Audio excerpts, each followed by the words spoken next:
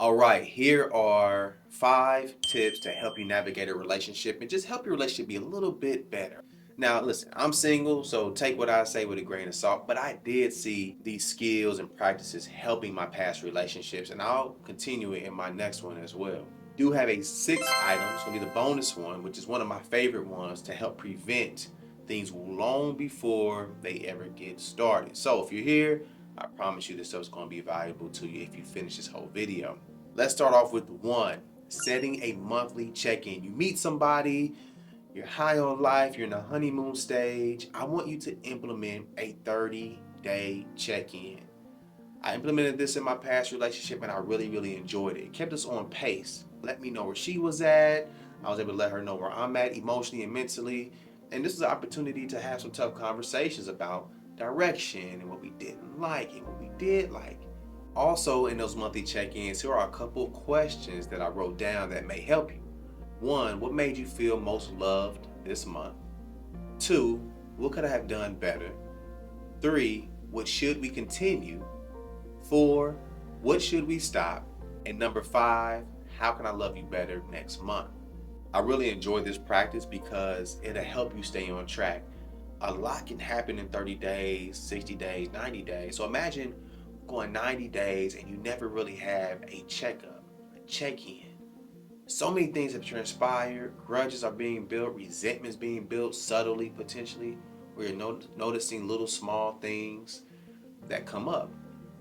Every 30 days is your opportunity to discuss them. Because as you know, a lot of people don't realize that they're doing something or they're carrying old habits that they may think you like. Or maybe you're not doing something that they would like. And so many relationships break down early because we're not teaching each other how we like to be loved. Just tell the person what you like. And if they don't do it, cool. If it's a deal breaker, kill the deal. If it's something that you don't mind and you're like, hey, I'll just deal with it, that they don't want to do this, all right, then move forward. It's very simple. Not always easy, but very simple. And as most of you know, I'm going to kind of make this 1A. Consider your sexual activity in those first couple of months. Now, obviously, being celibate is going to be probably the best practice, depending on your religious background or just how you like to live your life. But let's just say, it is the modern day, lots going on out here. I still say, whether you're promiscuous or not, try to slow down the intimacy because that can get you wound up into someone and confuse you and make you think something's better than it really is. Many times, some really good intimacy can overshadow those red flags and totally eclipse them. So consider taking some time on the front end, maybe 90 days, and stay away from that level of intimacy.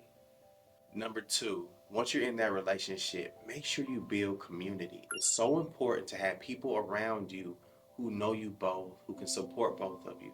There are going to be some single people around you who don't want you in a relationship. And those are not the individuals that you want around your relationship. Build community of people who support you and this person being together. You need mentors, you need peers, you need other voices and support when you're not level headed and things get rocky and on edge. I'm a firm believer in couples having married folks around them and other couples to share ideas and have people around them who can help them manage conflict. Very neutral parties though. You gotta have neutral parties out there because if you have a couple who's biased to one side, then that can be an issue and you can feel left out. Really truly want the best for you and your relationship.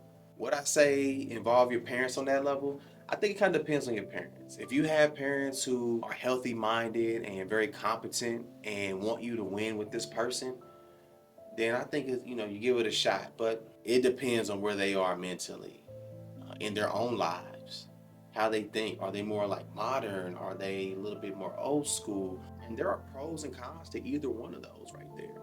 Another great community you can build is at your church. If you're religious or spiritual, whatever it may be, the church is a great place to find a lot of married couples and couples who are trying to be better. That's one thing about the church, right? Everybody there isn't there for the right reasons, but we'll say at least more than half are there for the right reasons. And it's good to have other people who are trying to be better and are submitting to a higher power. So consider that if you're religious something spiritual. If you're not, that's totally okay. Again, speak to your family, speak to some friends who are reliable, who are where you want to be. People who are in a relationship, you may want to steer a little bit clear of seeking advice from people who are single and have been single and have not had a healthy relationship. Just make it make sense. Now, I'm not saying that someone who hasn't been in a relationship can't give you healthy advice. I'm not saying that at all. But I'm also saying that, hey, make sure you have a healthy mix of people you can talk to.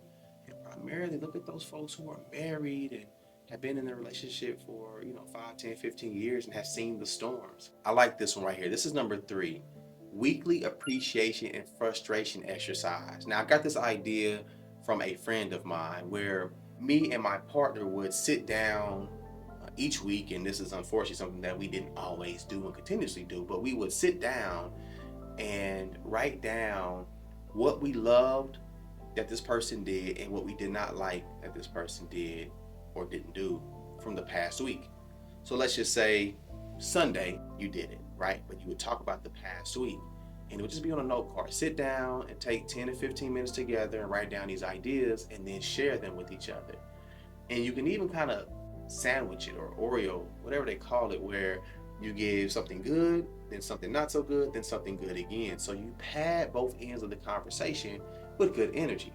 I enjoyed that.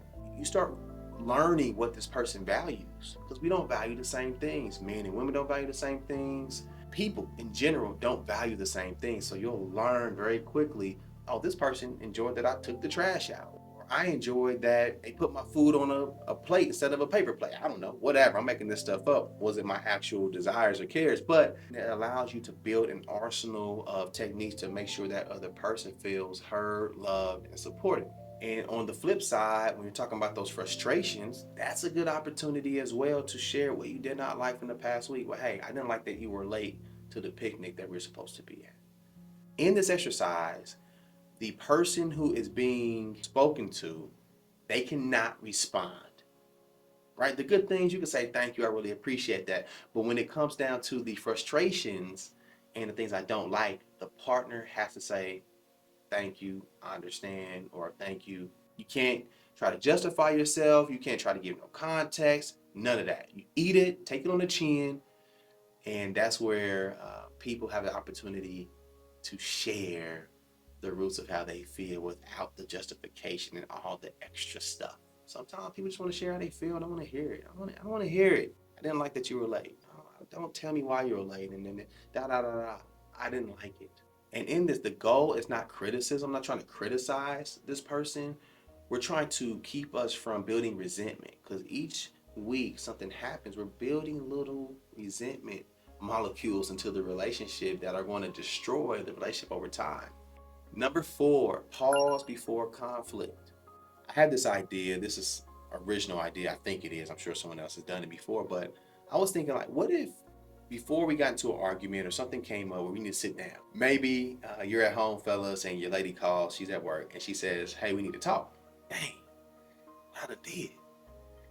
I think what would be dope is if we had a little note card where we hand wrote or typed it, whatever, and it says, love is patient, love is kind, and the rest of that verse. I'm not exactly sure what verse that is in the Bible, but what if every time there was about to be conflict, we handed that person, or we went to the spot where this is written down and we both have to read it, or we both have to sign it? That right there is going to slow you down. It's going to slow you down and maybe give 10 to 15 seconds so we can calm down and so this doesn't go left field. Because so many things happen in relationships that blow up from nothing. Like, they blow up from nothing, and next thing you know, the relationship ends and all it was anger. It wasn't real disregard. It wasn't disloyalty. It wasn't a lot of things that it could have been to really make a relationship end. It was anger. It was frustration. It was lack of communication, misunderstandings. So try that next time. I think it's going to be a very, very valuable tool for your relationship. I didn't get a chance to do that. It was something I thought about after my past relationship, but it's certainly something I want to implement moving forward. And is it going to work every time? Probably not. But it does give you a foundation. It does make you slow down just a little bit. I can see right now, I'm like, imagine my woman coming to me like, hey, I need to talk to you about whatever. And I hand her this. She slapped it out my hand.